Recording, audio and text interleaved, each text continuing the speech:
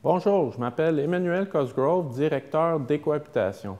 Aujourd'hui, on va regarder les portes et fenêtres existantes et voir comment les réparer pour ne pas avoir besoin de les changer.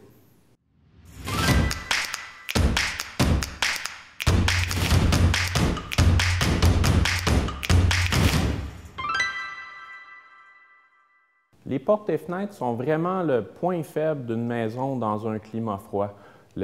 Ils sont responsables d'à peu près le tiers de votre facture de chauffage et la bonne nouvelle, c'est qu'il est vraiment facile de les réparer. Les fenêtres perdent la chaleur par quatre façons. Soit par la radiation des ondes infrarouges qui traversent la paroi, soit par convection des boucles d'air qui circulent devant la fenêtre, ou par conduction à travers le vitrage ou le cadrage.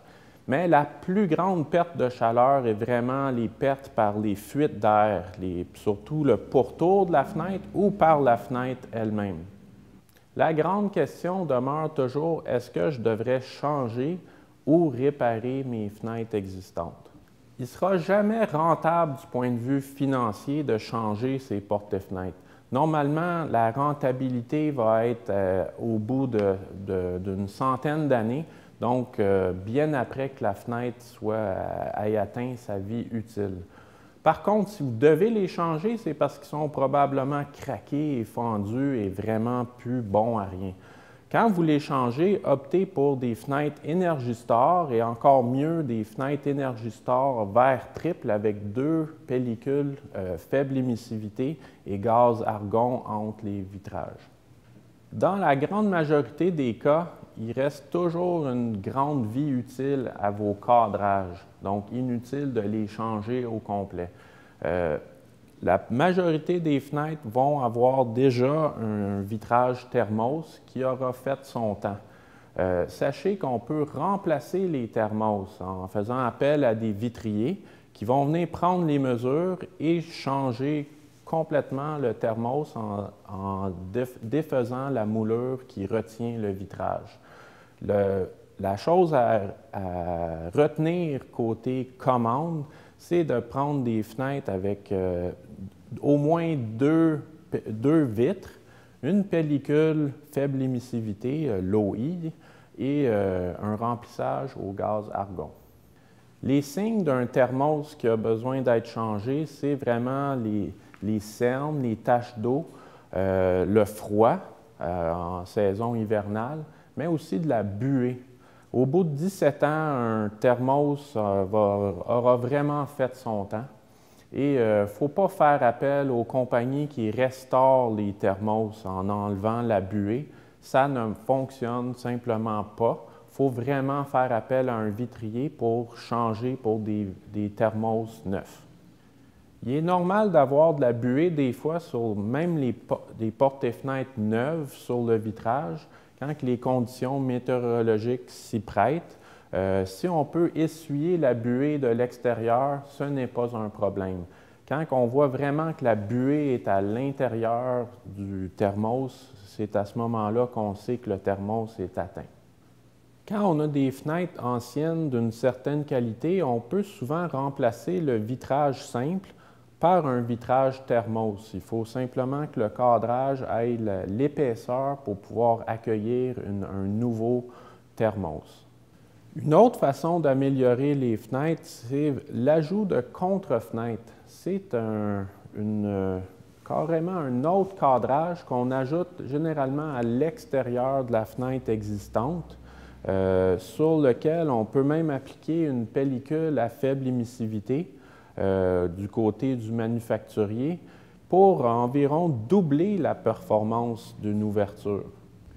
Les contre-fenêtres peuvent être installées soi-même et l'idéal, c'est vraiment de les installer de façon permanente, mais on peut aussi les installer de façon saisonnière pour l'hiver. Qu'on ait un vitrage simple, thermos double ou thermos triple, on peut ajouter une pellicule à faible émissivité, l'OI, supplémentaire.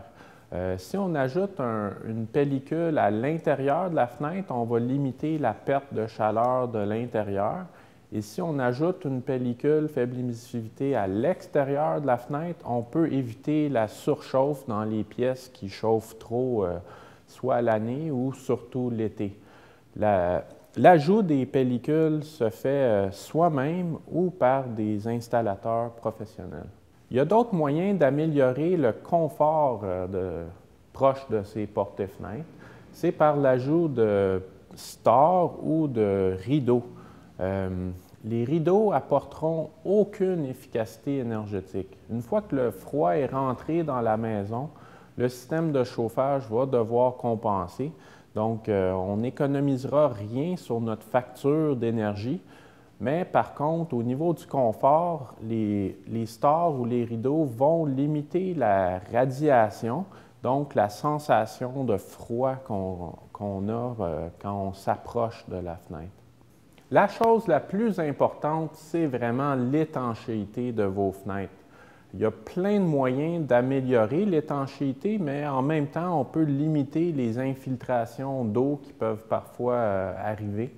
Il y a plusieurs types de produits qu'il faut connaître. Il y a les coupe-froids de toutes sortes. Il y en a qui ont besoin d'être compressés et d'autres qui vont, des petits balais qui vont limiter les infiltrations d'air.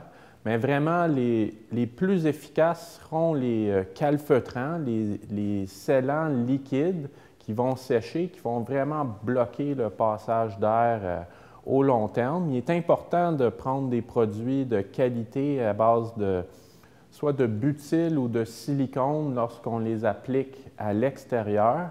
Et quand on est à l'intérieur où la qualité d'air est importante, il vaut mieux opter pour des scellants à base acrylique qui émettent très peu de polluants dans l'air. Qu'on restaure ou même qu'on change nos portes et fenêtres, il est vraiment important d'éviter le contact avec l'eau en provenance de l'extérieur. Dans le meilleur des cas, la pluie battante ne touche jamais à la fenêtre et on peut y arriver surtout par un bon travail de solin. Il est important d'ajouter des solins en tête et des solins dans le bas de la fenêtre pour vraiment éloigner la pluie, pour éviter des problèmes de dégradation prématurée de vos fenêtres. Maintenant, passons à vos portes. La plupart des portes peuvent être remplacées par des portes isolées en acier avec un cœur bien isolé. Et ils vont souvent être prémontés avec des coupe-froids efficaces. Dans les quartiers avec une valeur patrimoniale, il vaut mieux restaurer ces anciennes portes en bois avec des coupe-froids et le remplacement de la vitre par un vitrage thermos. Dans le cas des portes patio, c'est de très grandes ouvertures qui peuvent créer beaucoup d'inconfort et comme la vitre est trempée, c'est la situation idéale pour l'ajout d'une pellicule faible émissivité à l'intérieur.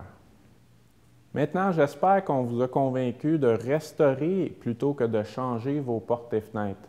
Pour plus d'infos sur l'ajout des pellicules Lowi à l'intérieur, vous pouvez consulter notre capsule dédiée à ce sujet-là. Ou pour toute autre info, il y a notre fiche technique en ligne sur ecohabitation.com. Voilà, tout est dit. Maintenant, à vos outils.